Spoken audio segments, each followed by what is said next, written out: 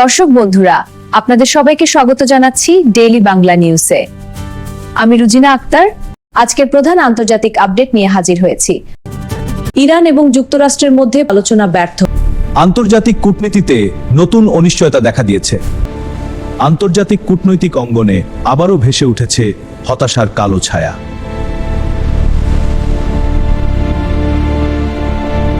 বহু প্রত্যাশা, গোপন প্রস্তুতি এবং উত্তেজনাপূর্ণ পরিবেশের মধ্যেও শেষ পর্যন্ত কোনো সমঝোতার পথ খুলল না ইরান এবং যুক্তরাষ্ট্রের মধ্যে বহুল আলোচিত প্রথম দফার আলোচনা। এই আলোচনায় উভয় পক্ষের প্রতিনিধিরা উপস্থিত ছিলেন। দীর্ঘদিনের উত্তেজনা, নিষেধাজ্ঞা এবং পারমাণবিক ইস্যু ঘিরে সম্পর্কের টানাপোড়েন, এই সবকিছুর মধ্যেই নতুন করে আলোচনায় চোখ ছিল এই বৈঠকের দিকে। শুরুটা হয়েছিল সতর্ক আশাবাদ নিয়ে। কূটনৈতিক সূত্রগুলো বলছিল দীর্ঘদিনের অচলাবস্থা হয়তো এবার কাটতে পারে। ইরানের প্রতিনিধি দল হিসেবে আমরা আমাদের অবস্থান স্পষ্ট করছি। অর্থনৈতিক নিষেধাজ্ঞা প্রত্যাহার, পারমাণবিক কার্যক্রমে স্বাধীনতা এবং আন্তর্জাতিক স্বীকৃতি পুনঃপ্রতিষ্ঠা। অন্যদিকে যুক্তরাষ্ট্রের পক্ষ থেকেও কিছু নমনীয় বার্তা দেওয়ার চেষ্টা করা হয়। তারা ইঙ্গিত দেয় আলোচনার মাধ্যমে সমাধান সম্ভব, যদি উভয় পক্ষ সমঝোতার পথে এগিয়ে আসে।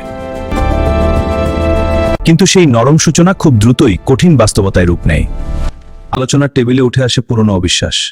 বিশেষ করে পারমাণবিক কর্মসূচি নিয়ে মতবিরোধ এতটাই তীব্র ছিল যে কোনো সমঝোতার ভিত্তি তৈরি করা সম্ভব হয়নি।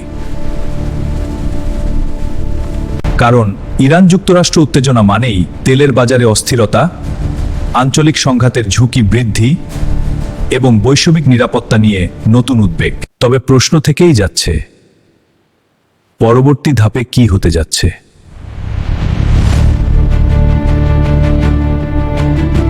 অনেকে মনে করছেন এটি সম্পূর্ণ ব্যর্থতা নয়, বরং একটি প্রাথমিক ধাপ যেখানে উভয় পক্ষ নিজেদের অবস্থান যাচাই করেছে।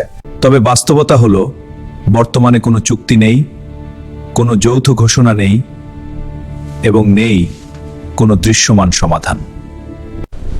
এখন পুরো বিশ্বের নজর পরবর্তী দফার আলোচনার দিকে।